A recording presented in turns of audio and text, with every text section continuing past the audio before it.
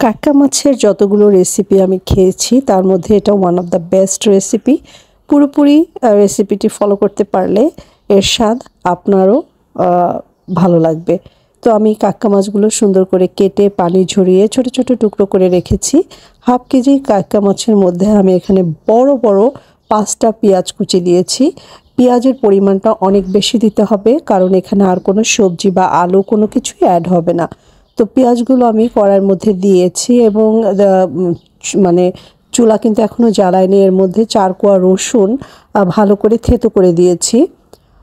তারপরে আমি অ্যাড করছি এখানে পরিমাণ মতো হলুদের গুঁড়া। এখানে আদা বাটা দেওয়ার কোনো দরকার নাই, এতে করে মাছের অরিজিনাল স্বাদটা নষ্ট হয়ে যায়। তারপরে আমি দিয়ে দিলাম শুকনা মরিচের গুঁড়া। অবশ্যই শুকনা মরিচের গুঁড়াটা দেওয়ার চেষ্টা করবেন। অ্যাড করছি আধা চামচ জিরার গুঁড়া এবং ধনিয়ার গুঁড়া। তো এই মোটামুটি মশলা, আর উপরে দিচ্ছি স্বাদ মতো লবণ। এরপরে আমি সমস্ত মশলাগুলো হাত দিয়ে ভালো করে মেখে নেব। পেঁয়াজগুলো মোট কথা হাত দিয়ে কষলে ভেঙে নিতে হবে।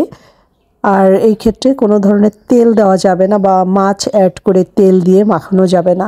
পেঁয়াজগুলো যেহেতু বড় বড় সাইজের আসছে, সেহেতু এটা হাত দিয়ে আমি অফ স্ক্রিনে এরকম করে মাখিয়ে এনেছি। দেখতেই পাচ্ছেন পেঁয়াজের প্রত্যেকটা মানে পার্ট খুলে খুলে গেছে।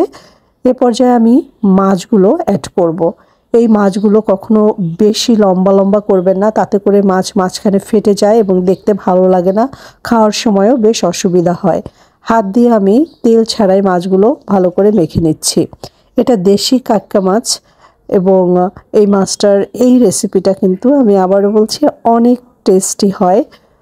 তো সবগুলো মাছ আমি এভাবে ভালো করে মেখে কড়াইয়ের মধ্যে বসিয়ে দিলাম। বন্ধুরা, আজকের এই রেসিপিটি আমি আমার খুবই ক্লোজ একজন দিদি সুফলাদির কাছ থেকে নিয়েছি। তার বাসায় গিয়ে আমি একদিন খেয়ে এই রান্নার প্রেমে পড়ে গিয়েছি এবং তার কাছ থেকে আজকে এই রেসিপিটি আপনাদের সঙ্গে শেয়ার করছি। আপনারা যদি এটা করেন অনেক ভালো লাগবে। আমি আমি জানি যে আপনারা খেয়ে মজা পাবেন। তারপরে আমি এখানে পরিমাণ মতো সরিষার তেল দিয়েছি। সরিষার তেলে এই রান্নাটা অনেক বেশি মজার হয়। আপনারা চাইলে সয়াবিন তেলও অ্যাড করতে পারেন, তাতে কোনো সমস্যা নেই। আমি তেল দেওয়ার পরে এবার মানে একটা স্প্যাচুলা দিয়ে এটা ভালো করে নেড়ে চেড়ে দিচ্ছি। তো তেলটা ভালো করে মাছের গায়ে মাখিয়ে নিতে হবে।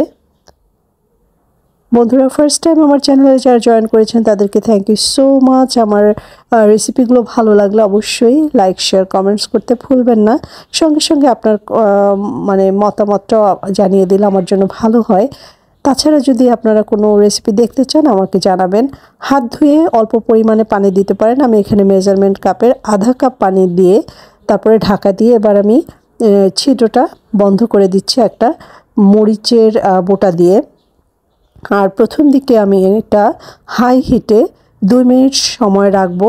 এই 2 মিনিট সময়ের মধ্যে যেটা হবে, ভিতরে একটা যে ভেপার জমেছে, গ্যাস মানে জলীয় বাষ্প জমেছে, এরপরে কম আছে আমি এই তরকারিটা রান্না করব। মাঝে মাঝে ঢাকনা তুলে একটু নাড়াচাড়া করে দিব।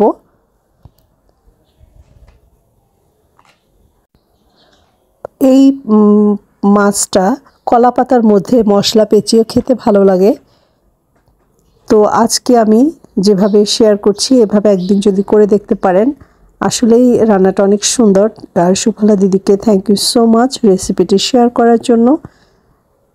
কিছুক্ষণ পরপর ঢাকনাটা উঠিয়ে নেড়ে চেড়ে দিলে দেখবেন যে পেঁয়াজগুলো সিদ্ধ হতে শুরু করেছে। তো এই পর্যায়ে আমি নামানোর কিছুক্ষণ আগে আস্ত কয়েকটি কাঁচামরিচ এবং বেশ কিছু ধনিয়া পাতার কুচি অ্যাড করলাম। অবশ্যই ধনিয়ার পাতা কুচিটা অ্যাড করার চেষ্টা করবেন।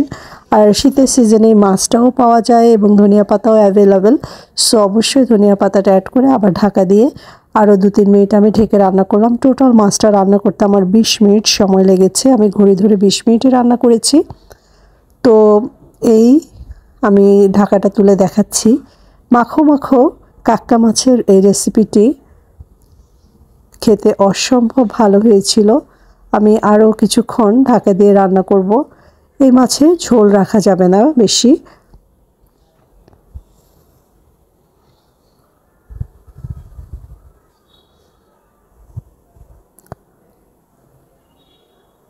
দেখুন কত সুন্দর হয়েছে এর কালারটা, এবং এটার যে স্মেল আমি পাচ্ছি, এটা পেতে হলে অবশ্যই রেসিপিটি ট্রাই করতে হবে।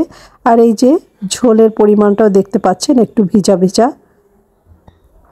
এটা গরম ভাতের সাথে খেতে খুবই মজা লাগে।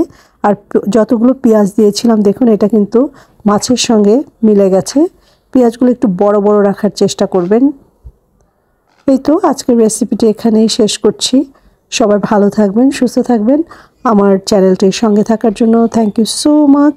বিদায় নিচ্ছি, টাটা।